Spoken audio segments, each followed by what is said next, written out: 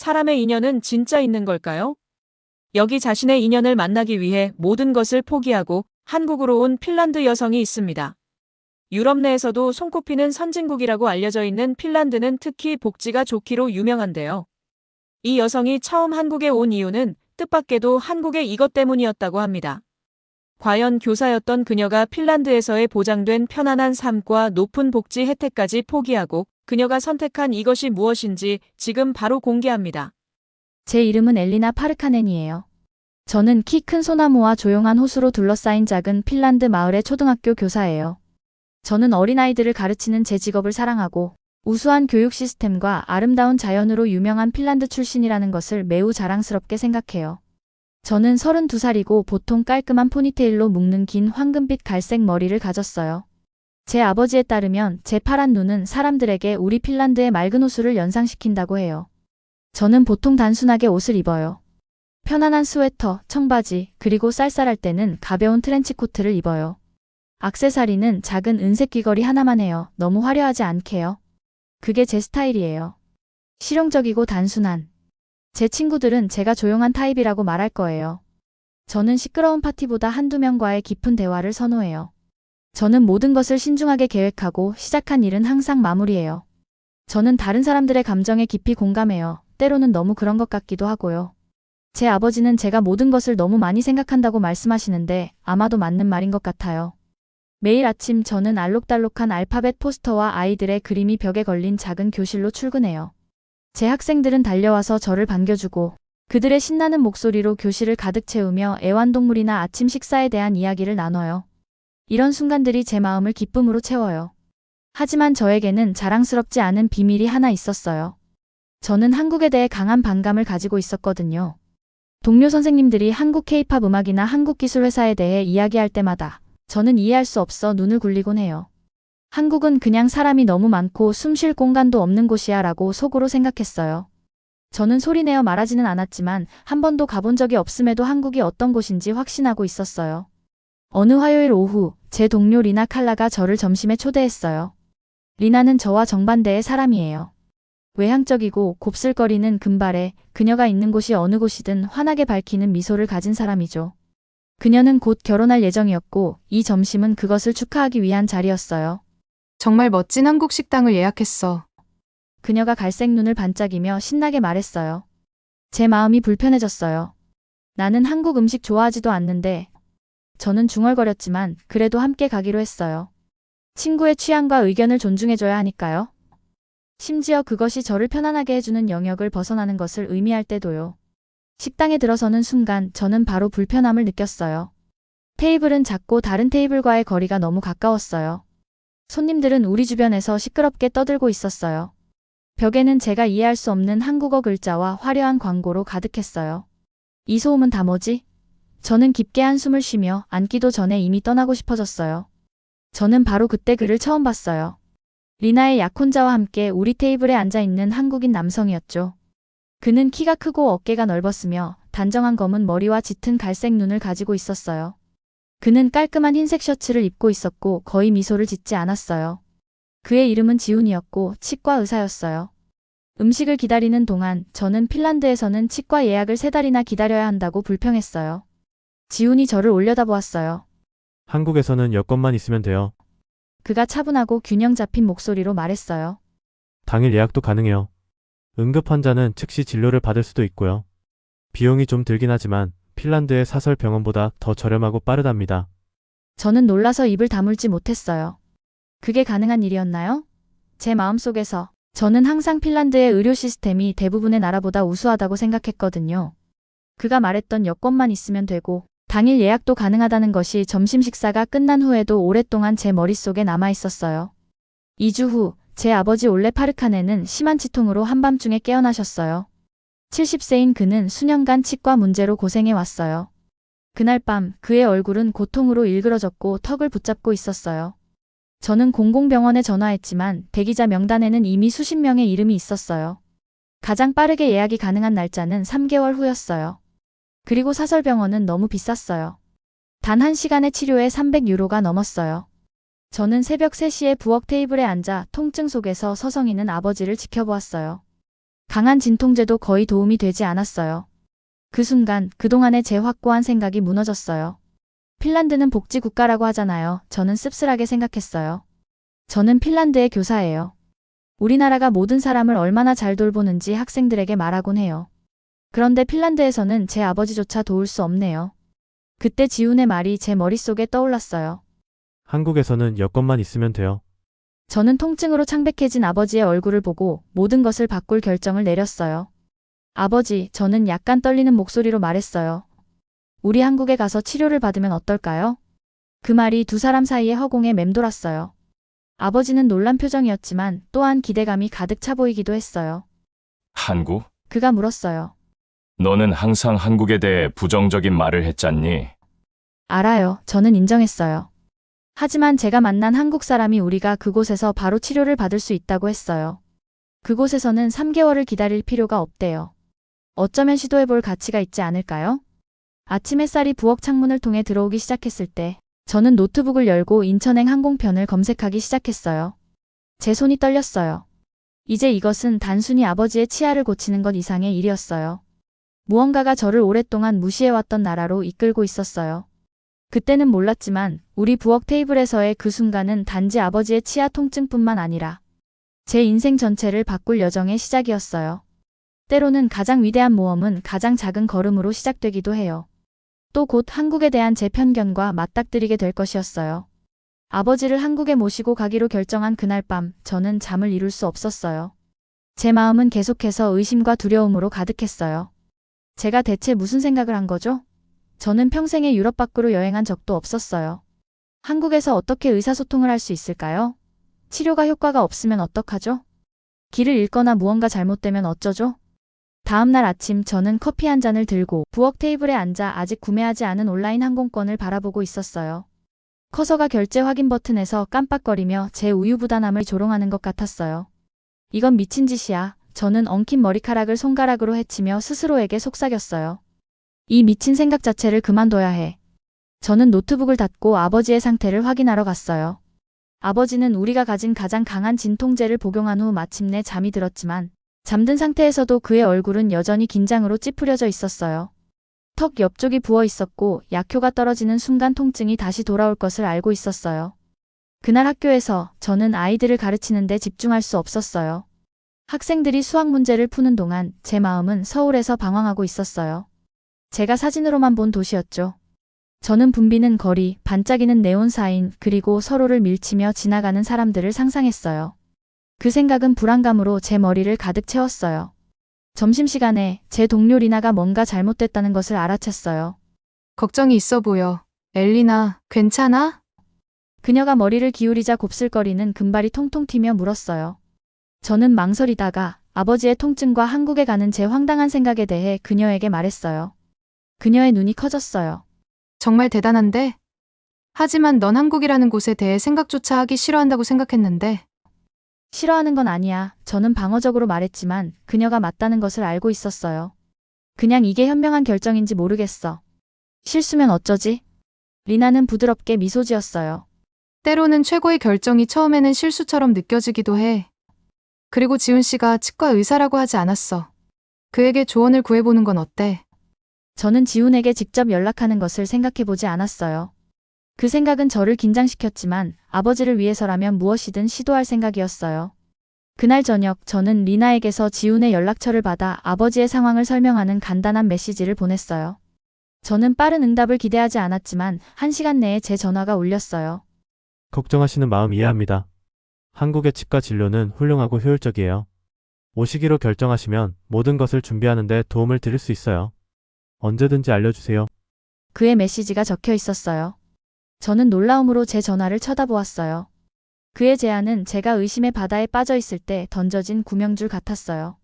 그래도 막연한 두려움이 저를 사로잡았어요. 그날 밤 저는 작은 아파트를 이리저리 걸으며 이 여행이 나쁜 생각인 모든 이유의 목록을 만들었어요. 언어 장벽, 그들의 알 수 없는 의료 시스템, 항공권과 호텔 비용, 제 교육 일정. 목록은 매분마다 더 길어졌어요. 저는 아버지에게 전화해 제 걱정을 나눴어요. 아버지, 아마도 우리는 이 한국 생각을 재고해봐야 할 것 같아요. 너무 복잡하고 너무 위험해 보여요. 그가 말하기 전에 전화선에 긴 정적이 있었고 그의 목소리는 고통으로 인해 긴장되어 있었어요. 엘리나, 나는 내 판단을 믿어. 하지만 나는 몇 주 동안 제대로 잠을 자지 못했어. 이것이 도움이 될 작은 가능성이라도 있다면. 그의 목소리가 잦아들었고 저는 그의 침묵 속에서 피로감을 느낄 수 있었어요. 그날 밤 저는 갈림길에 서 있는 꿈을 꿨어요. 한 길은 핀란드에서의 우리의 편안하고 익숙한 삶으로 이어졌어요. 긴 치과 대기 목록과 아버지의 계속되는 고통과 함께요. 다른 길은 안개 속으로 사라졌어요. 알 수 없고 두려웠지만 가능하게는 안도로 이어지는 길이었어요. 저는 이상한 평온함과 함께 깨어났어요. 때로는 가장 어려운 결정들이 잠을 푹 잔 후에 분명해지기도 했어요. 결단력 있는 손가락으로 저는 노트북을 다시 열고 서울행 티켓 2장을 예약했어요. 그런 다음 지훈에게 메시지를 보냈어요. 가기로 결정했어요. 우리는 다음 화요일 오후 2시에 한국에 도착합니다. 어떤 조언이든 감사히 받을게요. 그의 응답은 빠르게 왔어요. 저는 지금 한국에 있습니다. 인천공항에서 만나요. 아무것도 걱정하지 마세요. 이미 수요일 아침에 아버님을 볼 수 있는 치과 전문의에게 연락했습니다. 그렇게 지훈은 단순히 리나 친구의 지인 이상이 되었어요. 그는 미지의 세계로의 여행에서 우리를 안내해주는 멘토가 되었어요. 비행 전 며칠은 준비로 정신없이 지나갔어요. 저는 학교에 저를 대체할 교사를 마련했어요. 저는 우리가 무엇이 필요할지 확신하지 못하며 가방을 꾸리고 다시 꾸렸어요. 저는 한국어 앱을 다운로드하고 안녕하세요와 감사합니다 같은 기본 문구를 배우려고 했지만 그 단어들은 제 혀에 어색하게 느껴졌어요. 비행 당일 아침 헬싱키 공항에서 아버지는 희망과 불확실성이 섞인 표정으로 저를 바라보았어요. 이것에 대해 확신하니, 엘리나? 우리는 아직 돌아갈 수 있어. 잠시 동안 저는 거의 그에게 동의할 뻔했어요. 우리 탑승 게이트 안내방송이 터미널에 울려 퍼지고 제 심장은 공포로 뛰었어요. 제가 단 한 번 만난 사람의 말을 바탕으로 저의 나이든 아버지를 제가 아무것도 모르는 나라로 데려가는 이 무모한 일이 잘하고 있는 일일까요? 그때 제 전화가 지훈의 새 메시지로 울렸어요. 안전한 여행 되세요. 당신의 도착을 위해 모든 것이 준비되어 있습니다. 그 간단한 말들이 제 빠르게 달리는 생각들을 진정시켰어요. 제 모든 의심과 두려움 속에서 실질적인 도움과 조용한 확신으로 손을 내밀어주는 사람이 여기 있었어요. 네, 아버지, 저는 확신해요. 저는 그의 손을 꼭 쥐며 말했어요. 치료받으러 가요. 우리가 비행기에 탑승하면서 저는 이 여행이 단지 아버지의 치과 문제뿐만 아니라 더 많은 것을 변화시킬 것이라는 것을 알지 못했어요. 그것은 제가 상상할 수 없는 방식으로 저의 인생을 변화시킬 것이었어요. 서울까지의 비행은 11시간이나 걸렸어요. 저는 대부분의 시간을 한국에 관한 가이드북을 읽거나 아버지가 불안하게 잠드는 모습을 지켜보며 보냈어요. 꿈속에서도 아버지는 가끔 아픈 턱을 만지셨어요. 비행기가 하강하기 시작하자 제 위가 불안감으로 뒤틀렸어요. 작은 창문을 통해 아래로 펼쳐진 도시를 볼 수 있었는데 제가 사는 작은 핀란드 마을과는 완전히 달랐어요. 우리 정말로 이걸 하고 있네요. 저는 비행기 바퀴가 인천국제공항에 닿을 때 팔걸이를 꽉 잡으며 혼잣말을 했어요. 비행기에서 내리는 순간 모든 것이 달랐어요. 공기, 소리, 에너지까지요. 영어 번역이 함께 있는 한국어 표지판들이 우리를 거대한 공항 내부로 안내했어요. 저는 여권을 꽉 쥐고 입국 심사를 향해 가는 사람들을 따라갔어요. 놀랍게도 입국 절차는 믿을 수 없을 정도로 효율적으로 진행됐어요. 입국 심사관은 우리 여권을 스캔하고 정중하게 미소 지으며 완벽한 영어로 우리를 한국에 환영해 주었어요. 단 20분 만에 우리는 짐을 찾고 세관을 통과하고 도착홀에 서 있었어요. 이거 예상 밖이군. 아버지께서 눈을 크게 뜨고 주변을 둘러보시며 말씀하셨어요. 몇 시간 동안 혼란스럽고 길을 잃을 줄 알았는데. 저도 지금까지 모든 것이 얼마나 순조롭게 진행되었는지 똑같이 놀라서 고개를 끄덕였어요. 하지만 지우는 어디에 있을까요? 저는 불안하게 군중을 살폈어요. 갑자기 이 낯선 곳에서 작고 이방인이 된 느낌이 들었어요. 그때 그를 봤어요. 기둥 근처에 차분하게 서 있었는데 하늘색 셔츠와 어두운 바지를 입고 있었어요. 그의 자세는 곧고 표정은 차분했어요. 우리의 눈이 마주쳤을 때 그는 살짝 고개를 숙이고 우리 쪽으로 걸어왔어요. 한국에 오신 것을 환영합니다. 알레나 씨, 파르카네님. 그는 서양식 악수를 위해 손을 내밀며 말했어요. 비행은 어떠셨어요? 길었지만 괜찮았어요. 저는 비록 그를 한 번밖에 만난 적이 없었지만 친숙한 얼굴을 보게 되니 안심이 되었어요. 만나러 와주셔서 감사합니다. 지우는 미소를 지었어요. 작고 절제된 미소였어요. 차가 기다리고 있어요. 쉬실 수 있게 바로 호텔로 모시겠습니다. 내일 아침 9시에 김 박사님과 약속이 있는데 우리 최고의 치과 전문의 중 한 분이세요. 모든 일이 지훈이 계획한 대로 정확하게 진행됐어요. 호텔은 깨끗하고 편안했어요. 직원들은 충분한 영어를 구사해서 체크인하기가 쉬웠어요. 아버지와 저는 지난 몇 주간의 여행과 정서적 스트레스로 지쳐 침대에 쓰러졌어요. 다음 날 아침 지훈은 우리를 치과 클리닉으로 데려가기 위해 정확히 오전 8시 30분에 도착했어요. 치과 건물은 유리문과 밝은 조명이 있는 현대적인 모습이었어요. 안은 모든 것이 깨끗하고 첨단 기술로 가득 차 있었어요. 핀란드의 우리 작은 마을 병원보다 훨씬 더 발전된 모습이었죠. 아버님 준비됐습니다. 지훈이 접수원과 대화한 후 말했어요. 함께 들어가시겠어요? 저는 고개를 끄덕이고 제가 전에 본 적 없는 장비들로 가득 찬 진료실로 따라갔어요. 친절한 치과 조무사가 아버지가 의자에 앉도록 도와주는 동안 김 박사님은 조심스러운 영어로 자신을 소개했어요. 그 다음에 일어난 일은 저를 놀라게 했어요. 단 90분 만에 아버지는 전체 치과 검진, 엑스레이, 3D 스캔, 그리고 치료 옵션에 대한 상담까지 마쳤어요. 핀란드에서는 초기 검사를 받는 것만으로도 몇 달을 기다려야 했고, 그 다음 치료 계획을 논의하기 위해 몇 주 후에 또 다른 예약을 잡아야 했을 거예요. 핀란드에서는 아직도 대기실에 앉아 있었을 거예요. 아버지가 김 박사님과 옵션에 대해 이야기하는 것을 지켜보면서 저는 지훈에게 속삭였어요. 지훈은 고개를 끄덕였어요. 우리 의료 시스템은 핀란드와는 다르게 작동해요. 효율성과 기술에 중점을 둡니다. 비용 견적이 얼마나 나올지 몰라 저는 충격에 대비했어요. 하지만 그 금액은 핀란드에서 개인 치료로 지불했을 금액보다 상당히 낮았어요. 아버지의 얼굴에는 너무나 안도감이 보여서 저는 눈물이 나오는 것을 느꼈어요. 내일부터 바로 치료를 시작할 수 있습니다. 지훈이 병원을 나서면서 설명했어요. 오늘은 아버님이 쉬셔야 해요. 어쩌면 서울을 조금 구경하시겠어요? 좋아요. 아버지는 몇 주 만에 보는 활기찬 모습으로 말씀하셨어요. 저는 은퇴하기 전에 건축가였어요. 한국 건물들을 직접 보고 싶네요. 지훈의 눈이 살짝 빛났어요. 그럼 어디로 모실지 정확히 알고 있습니다. 다음 몇 시간은 한국에서의 우리 첫 번째 진짜 시험이 되었어요. 도시를 탐색하고 문화를 경험하고 우리가 알던 것과 완전히 다른 것에 마음을 여는 것이었죠. 우리의 첫 번째 방문지는 경복궁이었어요. 굽은 지붕과 복잡한 장식이 있는 전통적인 목조 건물들의 거대한 단지였어요. 우리가 웅장한 입구 문을 통과하면서 저는 마치 시간을 거슬러 올라간 것 같은 느낌이 들었어요. 이 궁전은 1395년에 지어졌어요. 지훈이 안뜰과 정원을 거닐면서 설명했어요.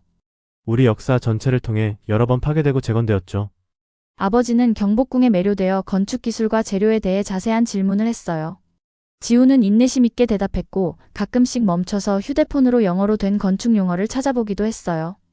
저는 그들이 대화하는 것을 지켜보며 평소에 조용하던 아버지가 얼마나 활기를 띠게 되었는지 놀랐어요.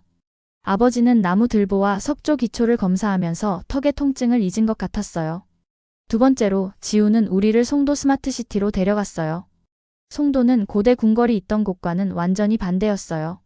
바다에서 간척한 땅 위에 지어진 이 지역은 미래적인 고층 건물, 친환경 공원, 최첨단 기술을 갖추고 있었어요. 이 도시 전체가 지난 15년 동안 지어졌어요. 지훈이 스카이라인을 내려다보는 전망대에 서서 설명했어요. 지속 가능하고 연결되도록 설계되었습니다. 아버지는 믿을 수 없다는 듯이 고개를 저었어요. 핀란드에서는 단 하나의 건물에 대한 허가를 받는데도 몇 년이 걸릴 수 있어요. 이건 정말 놀랍네요. 우리의 마지막 정류장은 인천대교였어요. 공항과 본토를 연결하는 물 위로 뻗어 있는 거대한 구조물이었어요. 아름답네요. 저는 생각 없이 말했어요. 석양빛이 어두워지는 하늘을 배경으로 다리를 황금빛으로 빛나게 하는 모습을 감상하며 지훈은 놀란 표정으로 저를 바라보았고 저는 그것이 제가 한국에 대해 진정으로 말한 첫 번째 긍정적인 말이라는 것을 깨달았어요. 제 말은 인상적인 공학이라는 거예요. 제 열정에 부끄러워하며 빠르게 덧붙였어요. 우리가 그곳에 서서 도시의 불빛이 반짝이기 시작하는 것을 바라보면서 저는 제 내면에서 무언가 변화하는 것을 느꼈어요. 제가 경험하고 있는 한국은 제가 상상했던 붐비고 혼란스러운 곳이 전혀 아니었어요. 대신 저는 효율성, 아름다움, 그리고 고대 전통과 현대적 혁신의 매혹적인 조화를 보았어요. 그날 밤 호텔로 돌아와서 아버지는 저에게 깊은 인상을 준 말씀을 하셨어요. 알아, 엘리나. 때로는 우리 자신의 한계를 발견하기 위해 태양을 건너야 할 때가 있어. 아버지는 부드럽게 제 손을 토닥이셨어요.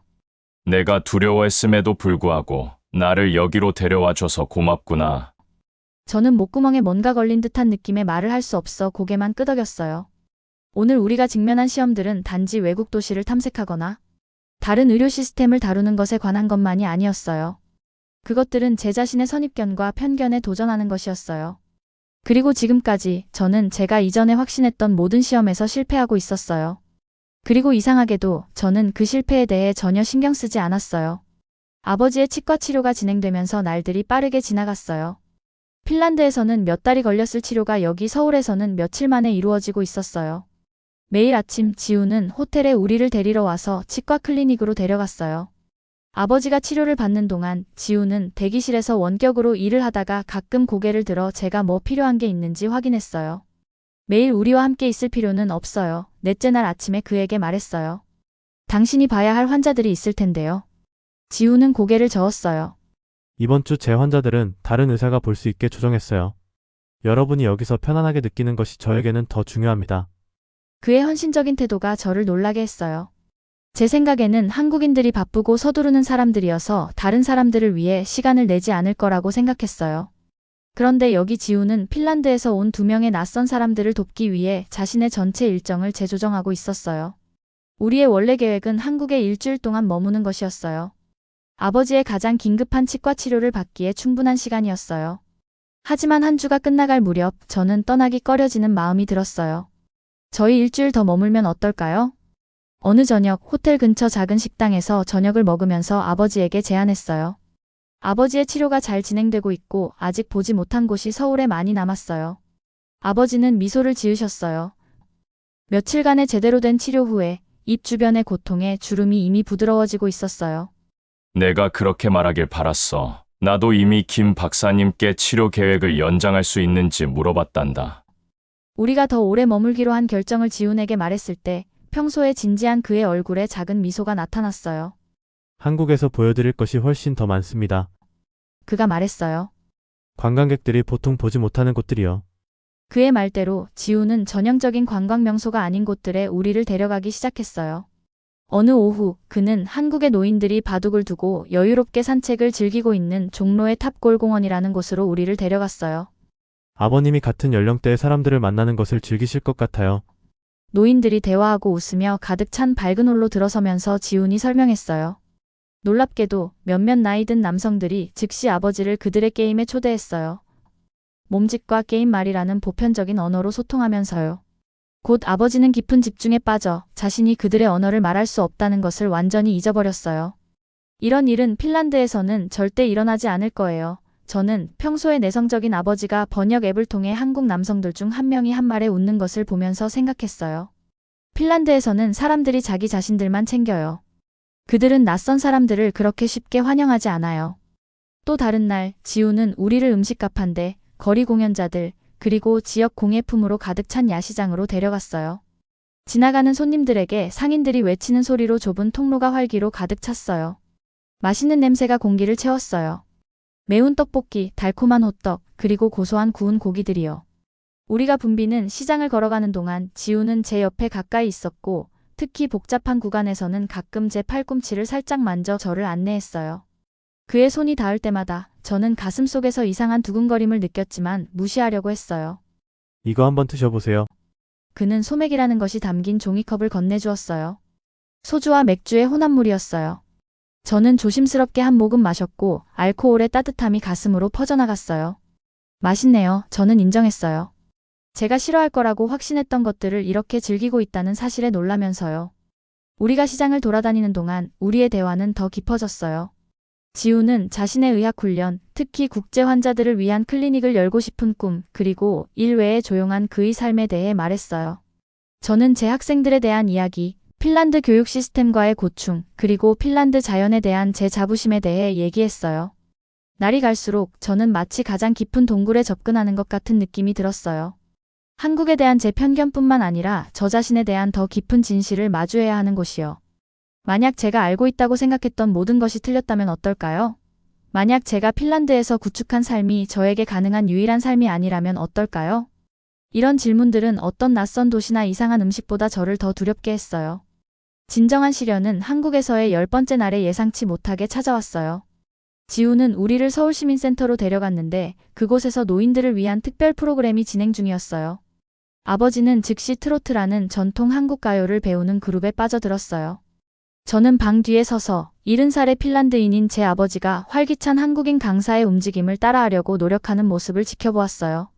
아버지의 얼굴은 노력으로 상기되어 있었지만 미소 짓고 계셨어요. 진정한 미소였어요. 몇 달 만에 처음으로요. 그때 제 안에서 무언가가 무너졌어요. 뜨거운 눈물이 제가 멈출 수 있기 전에 제 눈을 가득 채웠어요. 저는 방에서 황급히 나와 제가 진정할 수 있는 조용한 복도를 찾았어요. 지훈이 걱정이 새겨진 얼굴로 저를 따라왔어요. 엘리나, 무슨 일이에요? 아버님 괜찮으세요? 저는 감정적인 폭발이 부끄러워 빠르게 눈물을 닦았어요. 괜찮아요. 괜찮은 것보다 더 좋아요. 그게 너무 이상한 거예요. 이해가 안 되네요. 지훈이 저에게 티슈를 건네며 말했어요. 저는 더 이상 제가 누구인지 모르겠어요. 저도 모르게 말이 쏟아져 나왔어요. 제가 확신했던 모든 것이 이제는 잘못된 것 같아요. 저는 핀란드가 모든 면에서 최고라고 생각했어요. 의료, 교육, 삶의 질. 저는 한국이 강압적이고 불편할 거라고 생각했어요. 제 안에서 요동치는 감정들을 표현하는데 어려움을 겪으며 잠시 멈췄어요. 지금은 생각이 조금 달라졌나요? 지훈이 부드럽게 물었어요. 그리고 지금 저는 그 어느 때보다 살아있는 느낌이에요. 저는 인정했어요. 여기 모든 것이 저를 도전하게 해요. 제가 여러 것들에 의문을 가지게 해요. 또 저를 살아있도록 느끼게 해요. 뭐라고 느끼게 해요? 지훈의 어두운 눈이 제 눈을 주시하며 물었어요. 저는 대답할 수 없었어요. 제 안에서 소용돌이치는 감정들은 너무 크고 말로 표현하기에는 너무 복잡했어요. 그것들은 단지 한국이나 의료 시스템, 문화적 차이에 관한 것만이 아니었어요. 그것들은 지훈 자신과 그가 그런 조용한 힘과 친절함으로 우리를 안내해온 방식에 관한 것이었어요. 그날 밤 호텔방에서 이제는 통증 없이 숨을 쉬는 아버지의 소리를 들으며 잠 못 이루고 누워 저는 이 여정이 단지 치과 치료에 관한 것이 아니었다는 것을 깨달았어요. 그것은 훨씬 더 깊은 무언가를 치유하는 것에 관한 것이었어요. 제 다친 마음, 미지의 것에 대한 두려움, 제가 틀릴 수 있다는 것을 인정하기를 꺼려하는 것이요. 제 진정한 시련은 한국에 대한 편견을 극복하는 것이 아니었어요. 그것은 제가 새로운 사람이 될 가능성을 마주하는 것이었어요. 확고한 의견과 익숙한 환경에 편안함이 필요 없는 사람. 핀란드에 있는 모든 사람들, 저 자신까지도 놀라게 할 선택을 할 수 있는 사람이요. 그 생각은 절벽 가장자리에 서서 날 수 있는지 보기 위해 뛰어내리고 싶은 충동을 느끼는 것처럼 두렵고도 흥분되는 것이었어요.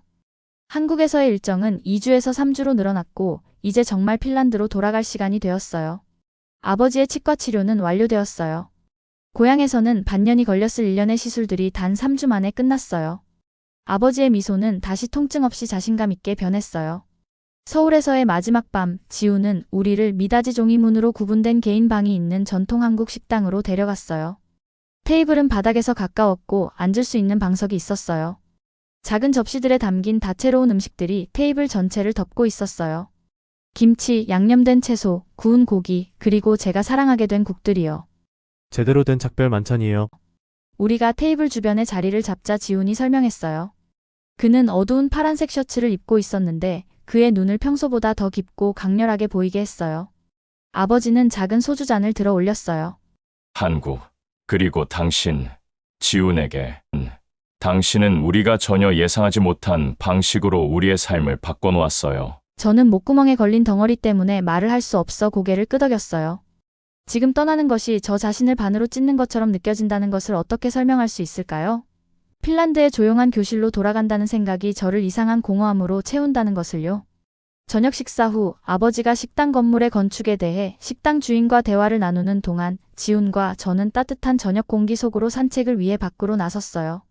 거리를 따라 등불이 빛나고 있었고 곡선 지붕이 있는 고대 한옥들의 부드러운 빛을 들이우고 있었어요. 오늘 밤 유난히 조용하네요. 지훈이 제 옆에서 걸으며 관찰했어요. 그냥 내일 집에 돌아가는 것에 대해 생각하고 있어요. 저는 지나가면서 웃고 있는 젊은 사람들의 무리를 바라보며 말했어요. 이상하게 느껴져요. 지훈은 미소를 지었어요. 그의 눈까지 도달한 진짜 미소였어요. 그냥 여기가 좋다고 말해도 돼요. 저는 웃었고 제 볼이 따뜻해지는 것을 느꼈어요.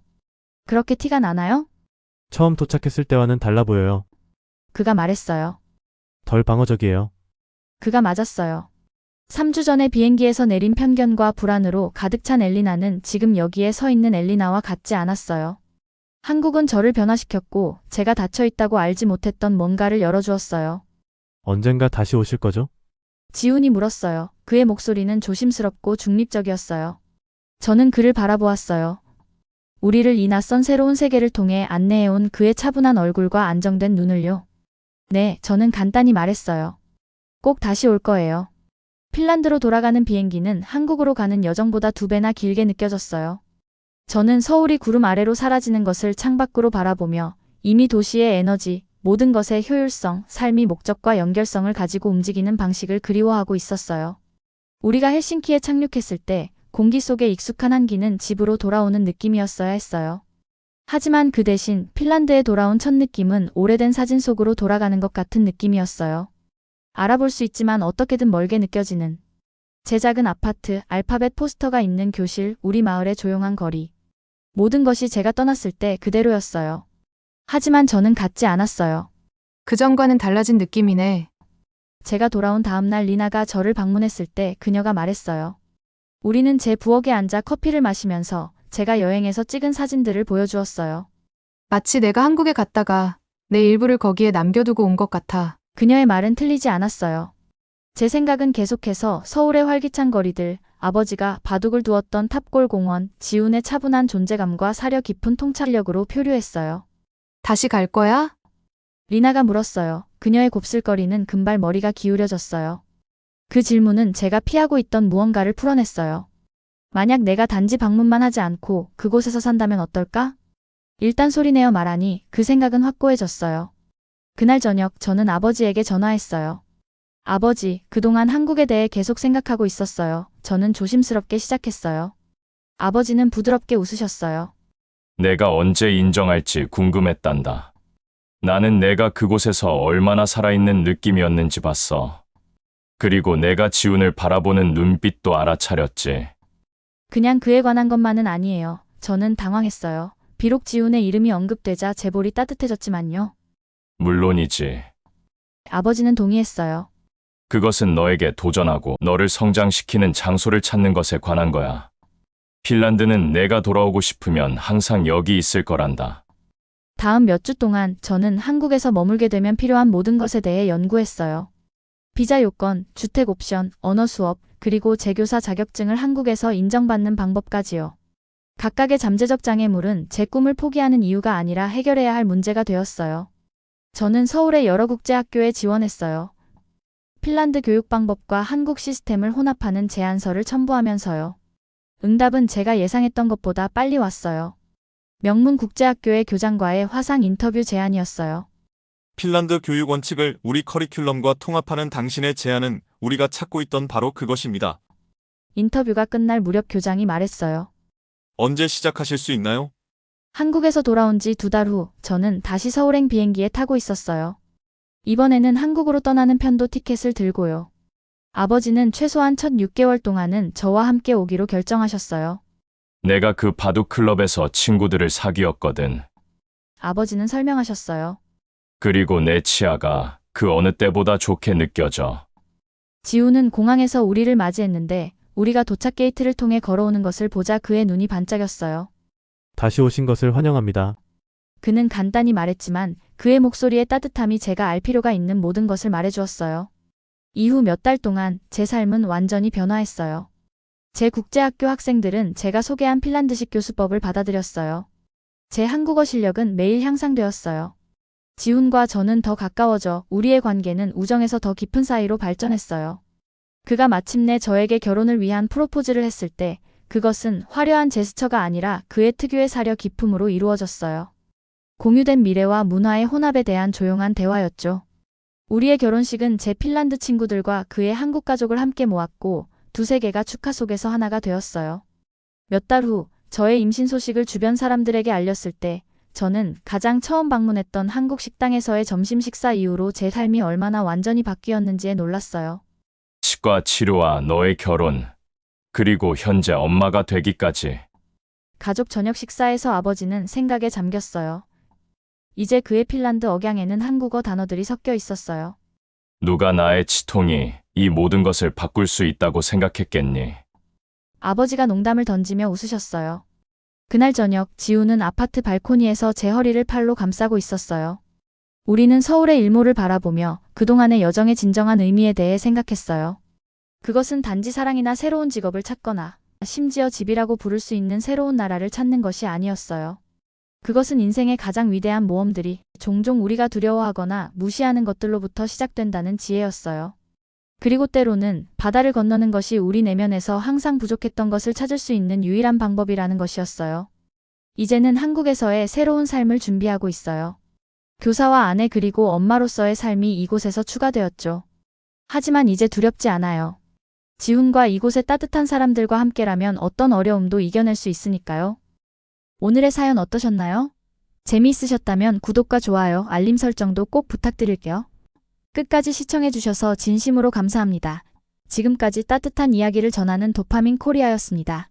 구독자 여러분 오늘도 따뜻한 하루 되세요. 사랑합니다.